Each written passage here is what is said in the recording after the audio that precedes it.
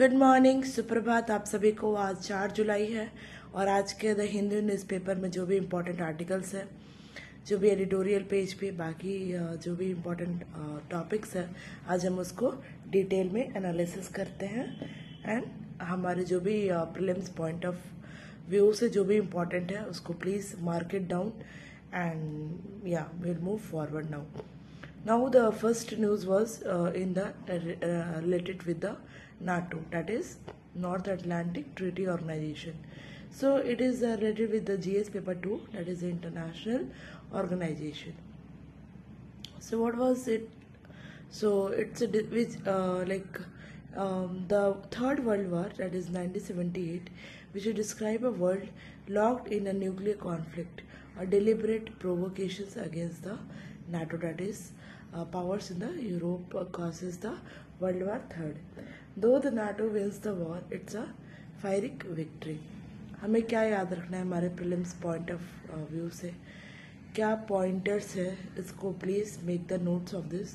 Like when the NATO will form, it is formed in 1949 with the signing on the Washington Treaty. NATO is a security alliance of 30 countries from the North America and Europe.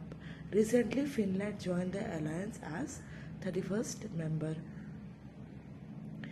NATO's fundamental goal is to safeguard the allies' freedom and security by political and military means.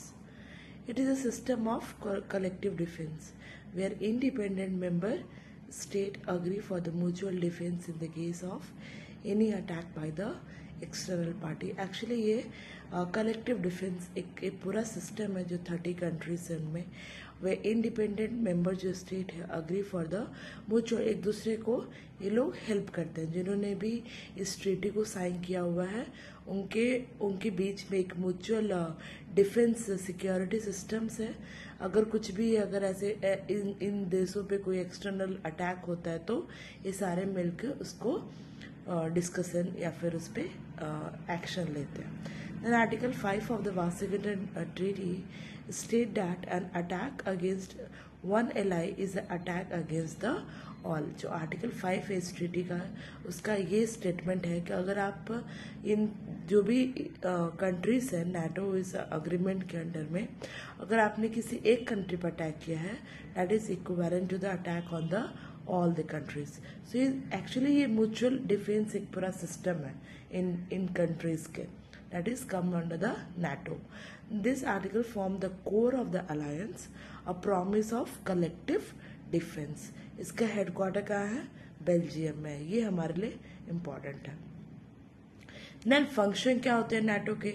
Politically अगर हम देखें तो NATO promote the democratic values and enable the members country to consult and cooperate on the defense and security related issues to solve the problems, build the trust and in long run prevent the conflict.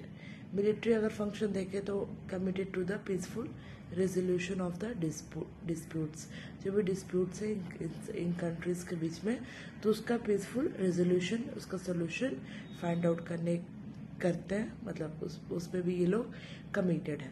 If diplomatic efforts अगर fail हो जाता है तो it has the military power to undertake the crisis management operation. Second हमारा news था वो है smart cities mission. ये हमारे GS paper 1 and GS paper 2 दोनों से हम इस टॉपिक को रिलेट कर सकते हैं. GS paper 1 that is the rapid urbanisation में जो टॉपिक है हमारे मेंस के सिलेबस में, we can relate with that also and also with the GS paper 2 that is the governance. तो ये जून 2015 में ही जो गवर्नमेंट ऑफ इंडिया है उसका ये कमिटमेंट था कि हम smart cities mission, that is SCM एक मिशन था, तो जून 2015 में ही इसको अडॉप्ट किया था. Now they have extended the date till 31st of March 2025. The center has extended the smart city mission under the Union Urban Development Ministry till 31st of March 2025. Under this scheme, जो कि already launch हुआ था जून 2015 में, 100 cities को choose किया गया था through a competition to be developed as a smart city. इस हमारे प्रीलिम्स के लिए क्या इंपॉर्टेंट है वो पॉइंट्स हमें याद रखना है। ये जो स्मार्ट सिटी मिशन है ये सेंट्रली स्पॉन्सर्ड स्कीम है।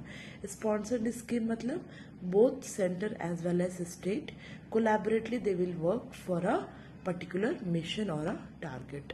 जो इसको लॉन्च किया था 2015 में to transform the 100 cities to provide the necessary core infrastructure. So smart city mission का ये बिल्कुल भी मतलब नहीं है कि एकदम सारा चीज़ें एकदम आर्टिफिशियल इंटेलिजेंस का हो जाएगा, डिजिटल सारी चीज़ें हो जाएंगी। नहीं नहीं, इसमें इसका मतलब है स्मार्ट सिटी का कि जो भी बेसिक्स जो भी इंफ्रास्ट्रक्चर्स होते हैं वो फैसिलिटीज़ अवेल किया जाएगा इन चूजन जो भी 100 सिटीज़ है उनके में। Like necessary core infrastructure development होंगे, then clean and sustainable environment होगा to enable a decent quality of air life to the citizen through the application of smart solutions. It aims to improve the quality of life for the citizen through sustainable and inclusive development. क्या क्या इसका objective है? To provide the core infrastructure and decent quality of life, clean and sustainable environment, application of smart solution, sustainable and inclusive development, compact areas and replicable model. Then what are the components of the smart city mission? First is area based development होगा। अगर कुछ भी उसमें कुछ बाकी है तो उसका रीडेवलपमेंट होगा। एग्जाम्पल में भिंडी बाजार मुंबई है, रेट्रोफिटिंग होगा, लाइक अपग्रेड किया जाएगा इंफ्रास्ट्रक्चर्स को। Example local area development in Ahmedabad. Then green field project बनाया जाएगा जितने भी लाइक मेट्रोपॉलिटन सिटीज़ है, लाइक कोलकाता हो गया, रायपुर हो गया, गिफ्ट सिटी मतलब Gujarat that is Gandhinagar.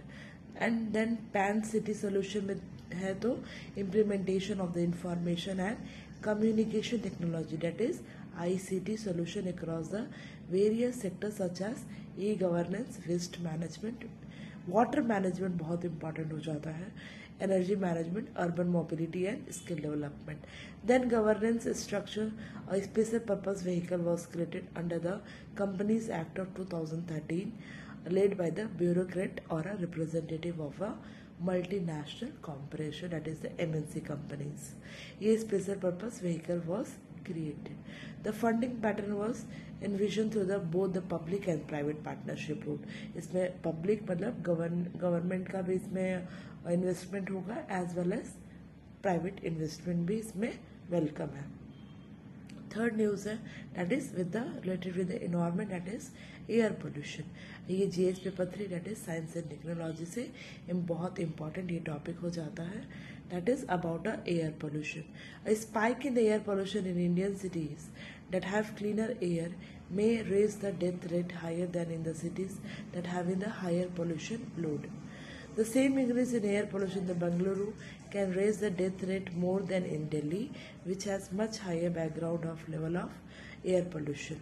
So इसका मतलब ये है कि जो सिटी जहाँ पे बहुत ज़्यादा पोल्यूशन है, अगर पोल्यूशन के बाद अगर किसी जैसे कि एग्जांपल बेंगलोर, अभी दिल्ली में हमको सबको पता है कि दिल्ली में बहुत ज़्यादा पोल्यूशन होता है, पोल्यूशन बहुत हेवी है in the Delhi, but the recent increase in the air pollution in the Bengaluru can raise the death rate more than in Delhi which has the much higher background level of air pollution.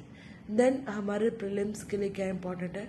What is air pollution? Air pollution is nothing like बस एक मतलब ऐसा नहीं कि हमारा पूरा environment air pollution एक simple terms है, नहीं।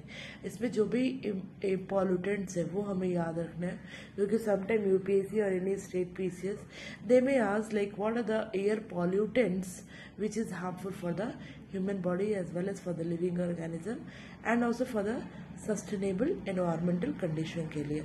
तो हमें वो सारी चीज़ें याद रखना है, लाइक सॉलिड पार्टिकल्स हो गया, लिक्विड ड्रॉपलेट्स हो गए, gases can come from both the natural as well as from the human activities. Particulate matter हमें याद रखना है, PM2.5 and PM10 ये tiny particles होते हैं that can penetrate the respiratory system which causing the health issue और lungs related problems को ये generate करता है। PM2.5 are the particle with a diameter of less than 2.5 micrometer, and then PM10 are the particle with a diameter which is less than 10 micrometer. Source क्या होता है? Combustion process है, deforestation है, industrial activities है, heavy vehicle का uses होना, उनका emission होना, dust, construction activities.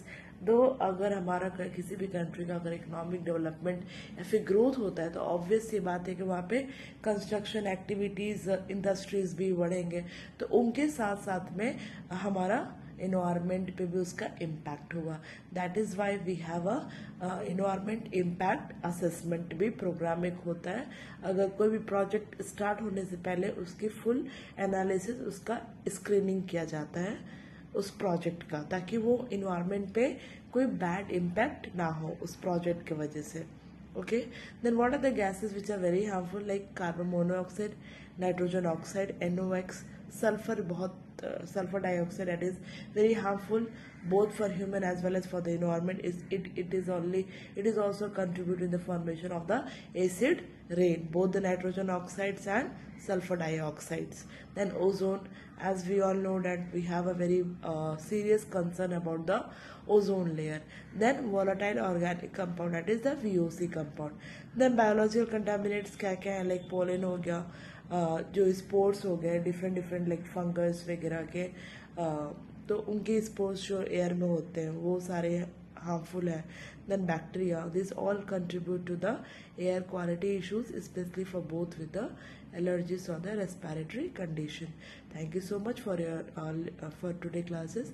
If you have any queries, any doubt, please don't hesitate to call us on this number, or else you can follow us on the Instagram, Facebook, and also you can mail us on this mail ID. Thank you so much for today class.